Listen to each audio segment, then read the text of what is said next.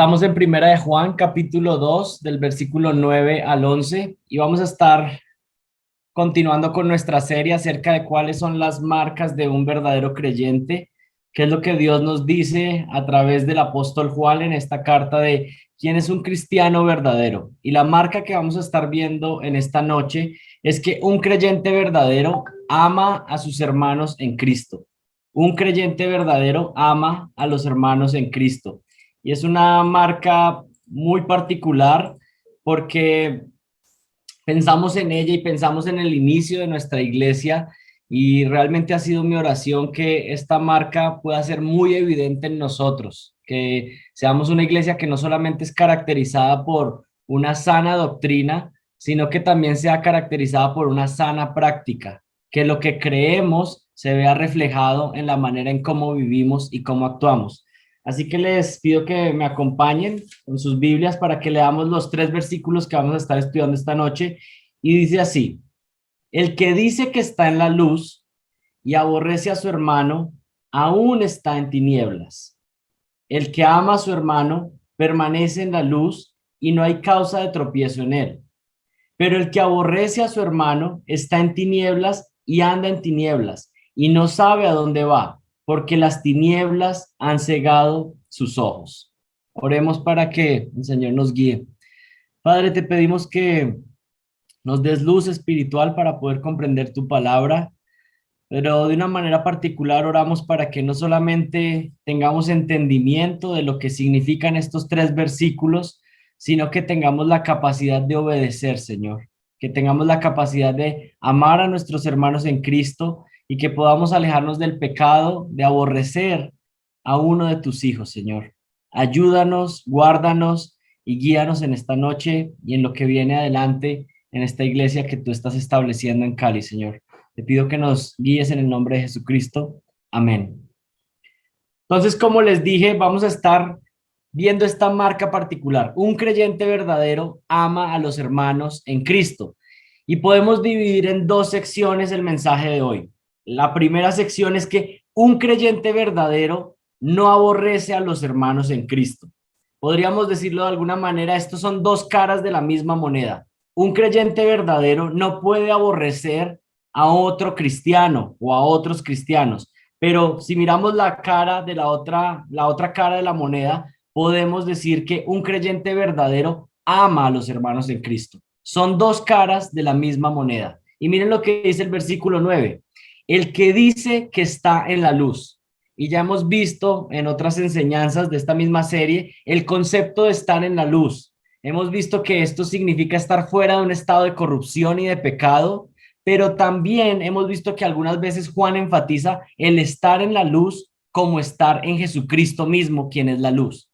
Así que si pudiéramos resumir qué significa esta frase de que el que dice que está en la luz, estamos hablando de una persona que dice algo, que profesa algo y que está profesando. Podríamos decir que es alguien que dice que es cristiano, alguien que es salvo. Si lo dijéramos de otra manera, ese inicio del versículo 9 es como el que dice que es cristiano, el que dice que es creyente verdadero. Entonces, ¿qué? Miren lo que dice el versículo 9: el que dice que está en la luz y aborrece a su hermano, aún está en tinieblas. Esa es la primera declaración que aparece ahí. El que dice ser creyente, el que dice estar en la luz, pero aborrece a su hermano, aún está en tinieblas. Y miren esa palabra que aparece ahí: el que dice que está en la luz y aborrece. Si pudiéramos traducirlo de manera literal, significa el que está aborreciendo. Esa palabra está en un presente participio e enfatiza una acción continua. Está diciendo el que dice que es cristiano, pero en su acción práctica y continua está aborreciendo a sus hermanos, está aborreciendo a su hermano en Cristo, pues entonces, ¿qué? Esa persona no es creyente en lo absoluto. Realmente está en tinieblas, es lo que dice ahí. Y creo que algunos podrían tener la pregunta: bueno, entonces si está en tinieblas, ¿por qué los llama hermanos? Bueno, realmente esa persona no lo está llamando hermanos, sino que es Juan el que nos está dando una descripción de aquel que está en medio de una congregación y odia a esos que están en la congregación o a esos que se hacen llamar cristianos, pues realmente no es creyente, realmente no es su hermano. Porque ¿quiénes son los hermanos? Son las personas que han sido injertadas en la familia de Dios. Todos aquellos que han sido renovados por el Espíritu, que han sido salvos, que han nacido de nuevo, ahora pertenecen a la familia de Dios y se les llama hermanos. Unos a otros nos llamamos hermanos. Entonces, el que dice que es creyente, pero está en una acción continua de aborrecer a aquellos que son cristianos, entonces está engañándose a sí mismo y no es cristiano en lo absoluto. No es posible que alguien que diga que es cristiano, que está en la luz, que ha sido salvo por Jesucristo, tenga una actitud continua de odio hacia los creyentes. Y nos parece un poco obvio, pero vamos a ver más adelante cómo se puede manifestar esta clase de odio o de repudio o de aborrecimiento, que es la palabra que comúnmente traducen nuestras versiones. Aquí nos está refiriendo a alguien que ha tenido un altercado con un hermano en la congregación. Sabemos que no se trata de esto porque esto es de esperarse. Algunos aún de los apóstoles estuvieron altercados unos con otros. Pablo con Pedro en algún momento tuvo un altercado, una discusión, una diferencia, y sin embargo, eso no quiere decir que alguno de los dos no era creyente. Aquí está hablando de alguien que alberga odio contra uno o más cristianos, y este odio se va profundizando con el tiempo, porque ya vimos que la palabra no solamente está diciendo de una acción momentánea, sino que es algo que va continuando. Hay un odio progresivo que se manifiesta una y otra vez. Pero miren lo que dice ahí, el que dice que está en la luz y aborrece. Detengámonos en esa palabra aborrece. ¿Qué significa la palabra aborrece o miseo en griego? Significa tener una aversión profunda, detestar, sentir desagrado ante la presencia de alguien. Aquí está hablando de que esta actitud es incompatible con uno que dice ser un cristiano verdadero, que tiene una aversión profunda, que detesta, que siente desagrado ante otro. Y en particular en este versículo está hablando de aquellos que son cristianos. Y podemos pensar y decir, bueno, por supuesto, si yo soy un cristiano verdadero, ¿cómo puedo tener una actitud de desagrado, aún de odio hacia otro por el cual Jesucristo entregó su sangre? El que aborrece a un hermano y no trata con este pecado, sino que permite que crezca y lo profundiza, y más bien la actitud que hay es de excusar y tratar de encontrar razones en nuestra mente para decir, bueno, está bien. Aquí el Señor dice algo con claridad. Es bastante fuerte, pero lo que dice, si ese es tu caso, si tú aborreces a un hermano en Cristo y es una acción continua y tienes aborrecimiento no solo por uno, sino por varios, aquí lo que dice es, aún estás en tinieblas, aún estás en tinieblas. Y el sinónimo de estar en tinieblas es no ser creyente, no ser un verdadero cristiano. El énfasis que ustedes pueden ver aquí, miren lo que dice, el que dice que está en la luz y aborrece a su hermano, pero me llama la atención lo que dice ahí, está aún en tinieblas. ¿Qué significa esa expresión está aún? ¿Está queriendo decir que esa persona que odia a un cristiano perdió su salvación? Está diciendo más bien todo lo contrario, está aún en tinieblas. ¿Qué está queriendo decir? No fue que perdió su salvación, sino que aún permanece en la oscuridad en la que siempre ha estado. El que odia a otros cristianos está permaneciendo en la oscuridad en la que siempre ha estado desde el inicio de su vida, perdida. Aunque ahora participe en la iglesia, aunque ahora quiera rodearse de otros cristianos, si permanece esa actitud de odio hacia otros creyentes, pues el Señor dice en su palabra que permanece en las tinieblas, que no es salvo. Y hay algo interesante, pues para que ustedes lo puedan ver, este primer punto de que un creyente verdadero no puede aborrecer a los cristianos, está enfatizado en el versículo 9 y también en el versículo 11. Así que los vamos a juntar en este primer punto. Ahora bajen su mirada al versículo 11. Pero el que aborrece a su hermano, en otras palabras, el que aborrece a un hijo de Dios, está en tinieblas y anda en tinieblas y no sabe a dónde va porque las tinieblas han cegado sus ojos. El que aborrece al hermano está en pecado y mientras permanece en ese estado de oscuridad, estará andando en más pecados. Bien interesante porque lo que dice acá es que una persona que está odiando a sus hermanos, que está aborreciendo a aquellos que están en Cristo, no solamente comete ese pecado en particular, sino que está cegado sus ojos y las tinieblas le ciegan mucho más y anda en tinieblas completas, cometiendo más y más pecados. El cristiano peca, pero el cristiano no practica el pecado. Y aquí es un punto fundamental de la primera carta de Juan. Ya vimos que el que diga que no tiene pecado, pues es un mentiroso y hace mentiroso a Dios. Lo vimos hace unas semanas. Pero lo que va a enfatizar Juan es que un cristiano verdadero no puede tener una vida de pecado continua como una práctica. Una persona puede pecar en algunas veces y confesar sus pecados, pero no puede tener un pecado de deporte. No puede tener un pecado que le consume. Un cristiano verdadero no puede vivir una vida por años de odio hacia alguien en particular. Quisiera ser muy claro con eso. No puede ser algo que nos caracteriza como creyentes. La palabra de Dios dice que Dios ha derramado todo su amor sobre nosotros y que eso nos permite amar. Así que si lo que nos caracteriza es el odio, esto es incompatible con la vida cristiana. Y tenemos que detenernos por un momento y pensar, bueno, ¿cuál es la forma en que yo estoy viviendo? O he pensado que hay ciertas personas a las cuales yo puedo odiar y que realmente encuentro una justificación de ese odio o de esa rabia. Y Dios dice, bueno, un momento, alto ahí, no es posible, no es compatible.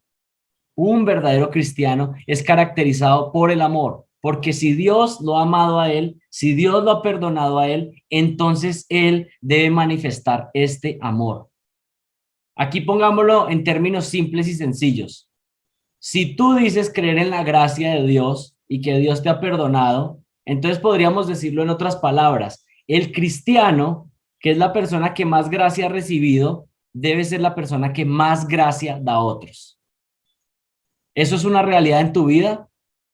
Dices que Jesucristo te ha perdonado por gracia, pero ¿eres tú una persona que comúnmente da gracia? Bueno, es un cuestionamiento que cada uno puede hacerse. El cristiano peca, pero el cristiano no practica el pecado. No puede mantenerse en un constante acto de pecaminosidad sin arrepentimiento, sin un dolor constante por ese pecado. No se deleita y no permanece en él sin arrepentimiento. Miren lo que dice Primera de Juan, capítulo 3, del versículo 8 al 10. Dice, el que practica el pecado es del diablo. Es lo que venimos enfatizando, porque el diablo ha pecado desde el principio. El Hijo de Dios se manifestó con este propósito para destruir las obras del diablo. Y luego el versículo 9 dice, ninguno que es nacido de Dios practica el pecado, porque la simiente de Dios permanece en él y no puede pecar, porque es nacido de Dios. En esto se reconocen los hijos de Dios y los hijos del diablo. Todo aquel que no practica la justicia no es de Dios, tampoco aquel que no ama a su hermano.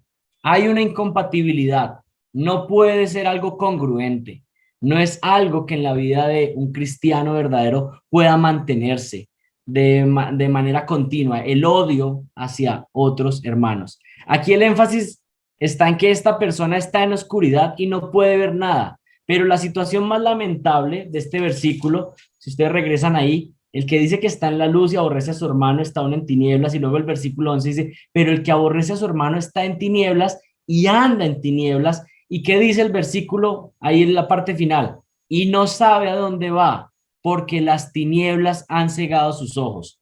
Aquí la situación se pone más trágica. Describe a alguien que piensa que ve y que está caminando hacia el cielo, pero realmente no sabe que está caminando hacia el infierno. O sea, es una persona que se autoengaña y que no puede ver. El odio lo tiene tan cegado que piensa que y argumenta que ese odio tiene razón. Y aún saben que es lo más increíble del odio y de esta ceguera que produce, que la persona puede llegar a pensar que Dios está agradado con esa actitud. Como que Dios y tú que odias a esa persona están haciendo justicia. Esa es la ceguera que produce el odio. Cuando hay una persona que tiene un odio, un rencor hacia alguien, se sienta como un juez y dice, bueno, Dios que está irado contra el pecado y yo estamos haciendo juicio. Y aún se engaña a sí mismo. Y lo que dice aquí es que no sabe ni a dónde va. Piensa que se está dirigiendo hacia el cielo, piensa que está caminando en rectitud, pero realmente está caminando a la dirección contraria, hacia el infierno. Piensan que, piensas que estás en luz, piensas que estás haciendo justicia, pero Dios lo declara de la siguiente manera: estás en tinieblas y vas caminando a condenación.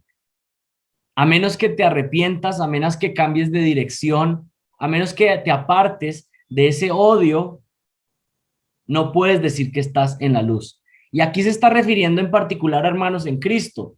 Está diciendo, bueno, alguien que se dice cristiano no puede aborrecer a alguien que es cristiano. Pero el punto aquí es que Jesucristo también enfatiza que nosotros no podemos odiar a aquellos que son nuestros enemigos, ¿sí? Cuidado con el odio, porque Jesucristo dice que estamos llamados a no solamente amar a aquellos que nos tratan bien o a aquellos que nos hacen bien, sino que aún amar a nuestros enemigos. Realmente esta es la forma en cómo mejor podemos imitar a Dios, porque Dios ama a aquellos que son sus enemigos y Dios muestra gracia. Una de las mejores maneras de imitar a nuestro Dios es nosotros mostrando gracia hacia aquellos que nos han hecho daño. Sin embargo, tengo que reconocer que Juan en este punto en particular está haciendo énfasis hacia no aborrecer a aquellos que son cristianos, que es una marca. Es más, ustedes pueden pensarlo de esta otra manera. Personas que odian a los cristianos están demostrando que están lejos de Dios, que son enemigos de Dios. El que se mete con la iglesia se está metiendo con el Dios de la iglesia. Así que nosotros estamos llamados a promover la paz con todos, a vivir en armonía con los de la iglesia, pero también con el mundo entero. Y viene a mi mente lo que dice Hebreos 12, del 14 al 15, cuando dice: buscad la paz con todos y la santidad, sin la cual nadie verá al Señor. Mirad bien de que nadie deje alcanzar la gracia de Dios, de que ninguna raíz de amargura brotando cause dificultades y por ella muchos sean contaminados. Aquí quisiera detenerme y enfatizar dos puntos. ¿Cómo es que alguien o por qué alguien podría tener sentimientos de rabia u odio hacia un cristiano? Yo pienso que hay varias razones que podríamos encontrar en las escrituras, pero podríamos pensar dos de manera muy práctica. Razón número uno de por qué alguien podría aborrecer a un cristiano. La primera razón es porque ese cristiano ha pecado contra mí. Esa es una razón. ¿Por qué tengo rabia? ¿Por qué tengo rencor? ¿O por qué tengo alguna clase de hostilidad hacia otro cristiano? Bueno, es porque ese cristiano ha pecado contra mí. Me hizo algo que me lastimó, hizo algo que me hizo daño. ¿Qué debemos hacer cuando otro cristiano nos daña, nos peca contra nosotros, cuando nos lastima? ¿Qué dice la escritura? ¿Qué debo hacer? Lo que nos dice la escritura es: ódialo con todas tus fuerzas. No, esa no es la respuesta. Una de las respuestas está en Gálatas 6:4. Dice: hermanos míos, si alguno fuere sorprendido en alguna falta, vosotros que sois espirituales, restauradle con espíritu de mansedumbre, considerándote a ti mismo, no sea que tú también seas tentado. Si un hermano peca contra mí, y creo que es bueno que cada uno de ustedes se vaya preparando, porque en Iglesia Bíblica Cristiana de Cali es una iglesia bíblica, pero ciertamente van a haber momentos donde estos hermanos que ustedes ven tan sonrientes y que son tan amables, van a pecar contra ustedes y ustedes van a pecar contra ellos en algún momento. Y si no estamos preparados de antemano para eso, pues vamos a pecar más. Lo que dice la escritura es que si alguno es sorprendido en alguna falta, vosotros que sois espirituales, restauradle con un espíritu de mansedumbre, considerándote a ti mismo, no sea que tú también seas tentado. Esa es la primera razón de por qué alguien podría aborrecer a los hermanos, porque han pecado contra él, ¿cierto? Pero una segunda razón, y que yo creo que es uno de los puntos principales de Juan en esta carta, y presten mucha atención a esto porque es bastante fuerte. Tú podrías llegar a aborrecer a otro cristiano o a un cristiano por su vida piadosa, por su vida consagrada. Es horrible esto, pero ¿cómo funciona? Es una tentación que puede ser muy posible aún en nuestra iglesia, y es esta: presten mucha atención a esto. Ves a un hermano que actúa de manera piadosa, que es obediente a Dios, que es consagrado al Señor más que tú, y te llenas de envidia, de rencor, de resentimiento y lo aborreces. Y realmente esto es terrible, pero esta es la clase de condición humana que tenemos. Y es que la piedad de otros, la obediencia de otros hacia Jesucristo, en algunos puntos por nuestra condición caída y pecaminosa, nos produce rabia o nos puede producir estar tentados a odiar al hermano o a envidiarle. Miren lo que dice Primera de Juan, capítulo 3, versículo 10. Primera de Juan 3, del 10 al 12. En esto se manifiestan los hijos de Dios y los hijos del diablo. Todo aquel que no hace justicia y que no ama a su hermano no es de Dios. Porque este es el mensaje que habéis oído desde el principio, que nos amemos unos a otros. Y miren con atención lo que dice Primera de Juan, capítulo 3, versículo 12. No como Caín, que era del maligno y mató a su hermano. ¿Y por qué causa lo mató? Porque sus obras eran malas y las de su hermano justas. Miren la profundidad de lo que está diciendo este pasaje y cómo Juan está ilustrando este punto.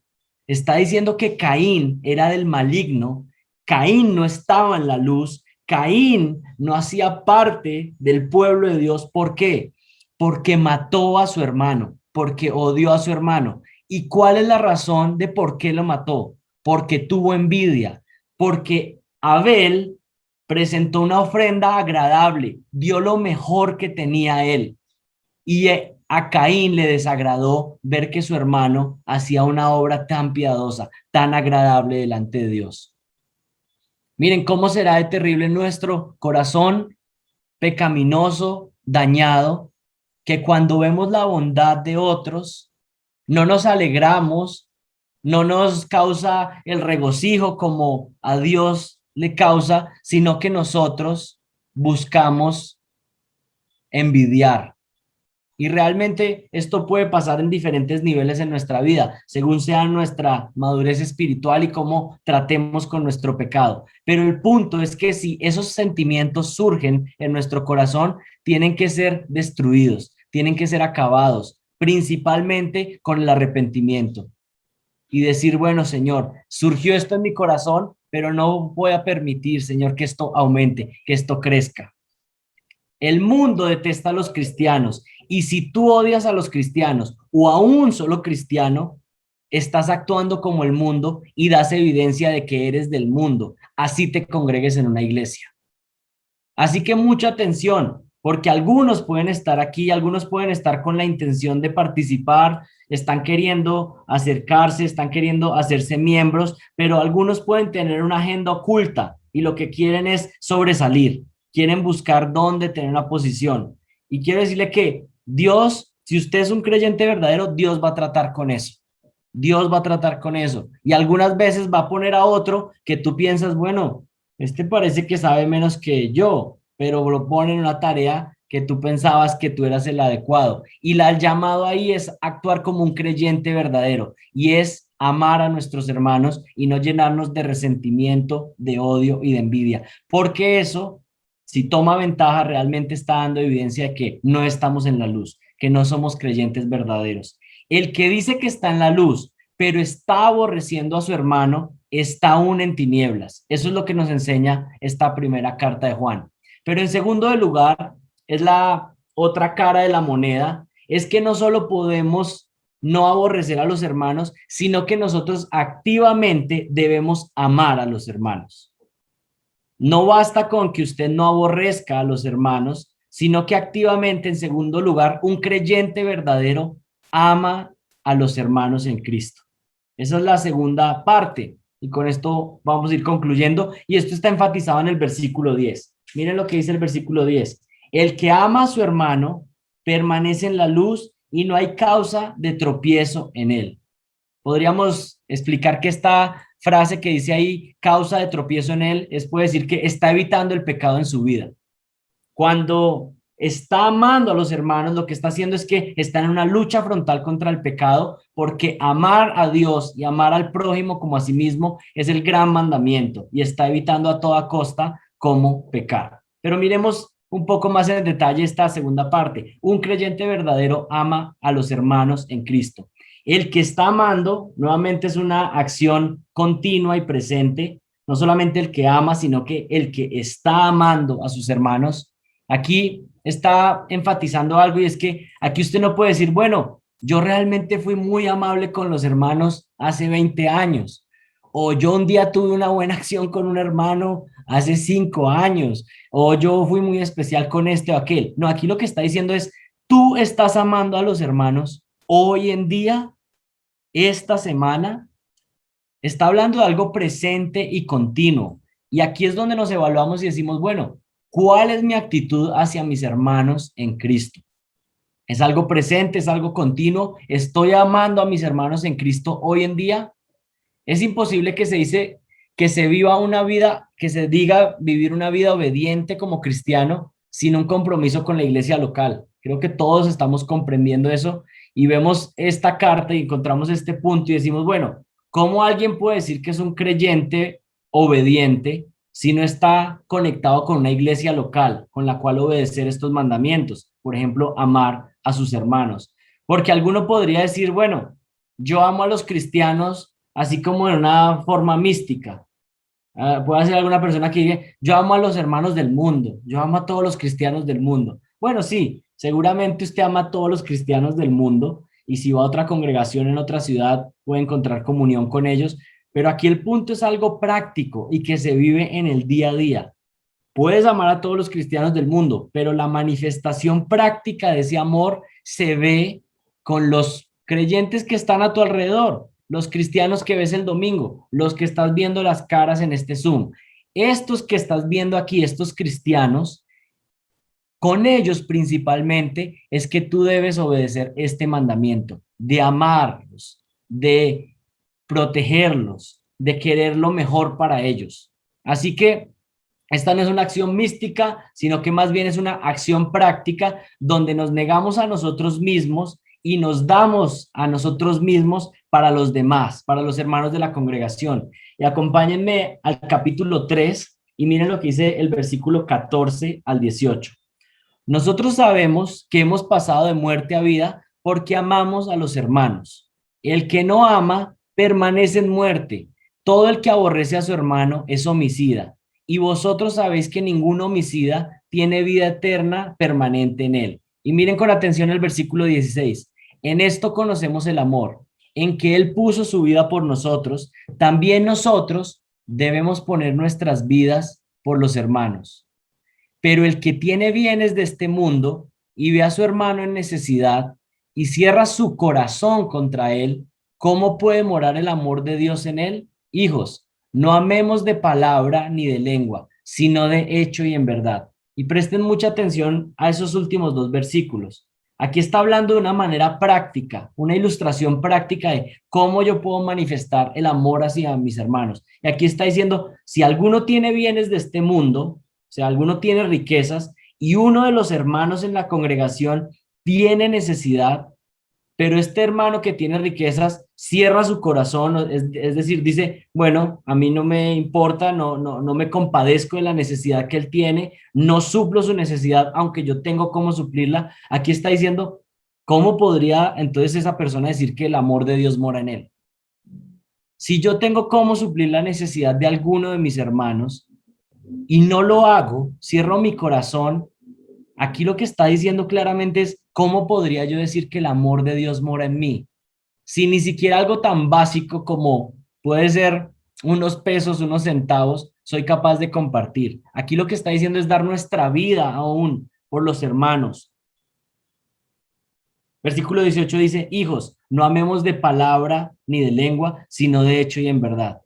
Aquí lo que está enfatizando es una verdad que Santiago también dijo, y es que simplemente nuestra fe se manifiesta por las obras. La fe genuina se ve en obras que damos, que actuamos. No simplemente basta decir que yo soy creyente, sino que tengo que vivir como creyente. No simplemente basta decir yo amo a todos estos hermanos, pero no se ve manifestado de forma práctica. Amar se resume en negarnos a nosotros mismos y dar de manera sacrificial a los hermanos en la fe. Es proveer activamente para las necesidades de mis hermanos.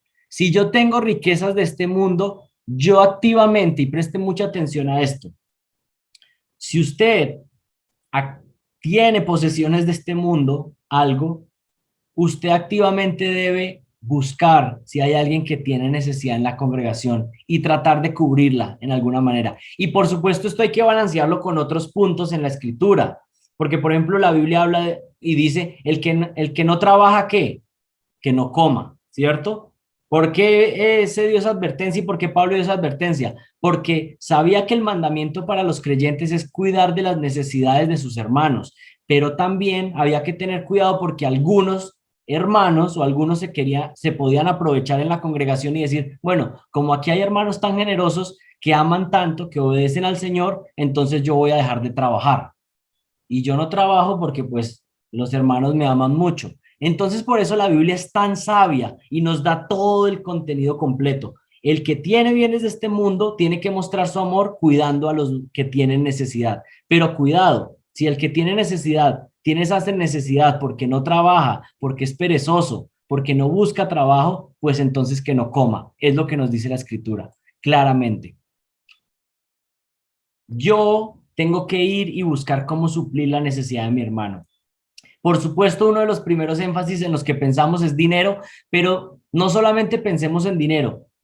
Cada tipo de faltante que un hermano en Cristo en mi congregación tenga, yo tengo que buscar la forma de cómo proveer. Y esto se puede ver de diferentes maneras, no solamente con dinero, puede ser con compañía, con ayuda en un momento, con acompañarle a un hermano que tal vez tiene alguna necesidad y no puede ir solo a una cita y yo tengo ese tiempo, pues entonces ver si yo puedo acompañarle. Si yo tengo un conocimiento sobre alguna tarea y mi hermano tiene necesidad de eso, pues yo puedo tratar de suplirlo con ese conocimiento que yo tengo, esa necesidad. Amar es orar por mis hermanos, es perdonarlos, es cuidarlos, es llorar con ellos cuando ellos lloren y es alegrarme cuando ellos se alegren, es dolerme, es hablarles con cariño, es hablarles con paciencia, es hospedarlos en mi casa. Amar es dejar de pensar en mí y pensar más en mis hermanos. Eso es lo que significa amar. Y mi pregunta para ustedes es, ¿están amando a los hermanos? ¿Están buscando cómo activamente pueden amar? O otra pregunta, cambiémosla de forma. ¿Se podría decir que usted es una persona que está buscando cómo amar a los hermanos en la congregación? Alguien lo ve a usted y dice, este hermano se muere de ganas por mostrarnos amor a los demás en la congregación. Bueno, si no es el caso, yo les animo a que supliquen al Señor y eso sea lo que brote.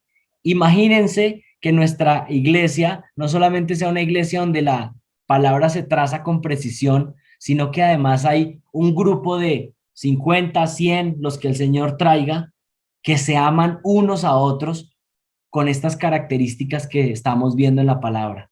¿Ustedes se imaginan el testimonio que seríamos para el mundo? Que los conozcan por la manera en cómo se aman. Y yo sé que estamos comenzando, pero yo creo que este es un mensaje tan poderoso y tan clave para esta iglesia que debería quedar grabado en nuestros corazones por los años por venir.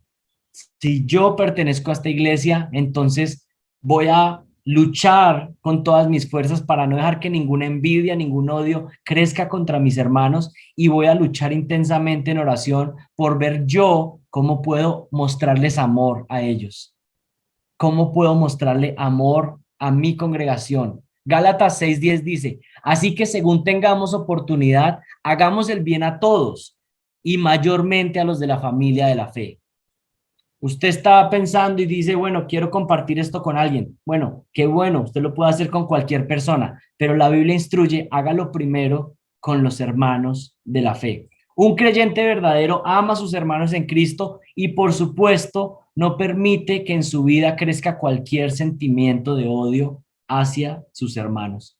Creo que es concluyente, es claro el mandato que nos está dando Juan y que por supuesto es un mandato de Dios y nos está mandando a sacrificarnos a nosotros mismos por amar a los demás hermanos. Por supuesto, cristianos en todo el mundo, amamos a los creyentes en todo el mundo, Cuando visitamos otros hermanos en otras iglesias, los amamos, les mostramos cariño, pero principalmente hay un llamado a amar a esta congregación local donde Dios nos está poniendo. Así que yo les animo a que oren por esto y que Dios, por medio de su Espíritu Santo, nos capacite para amarnos unos a otros y que este sea un gran testimonio para que personas vean y digan, yo nunca había visto que alguien se amara de esta manera unos con otros. Eso es lo que nos tiene que caracterizar como iglesia. Y eso es lo que vamos a suplicar al Señor en este momento para que nos permita vivir de esa manera. Oremos.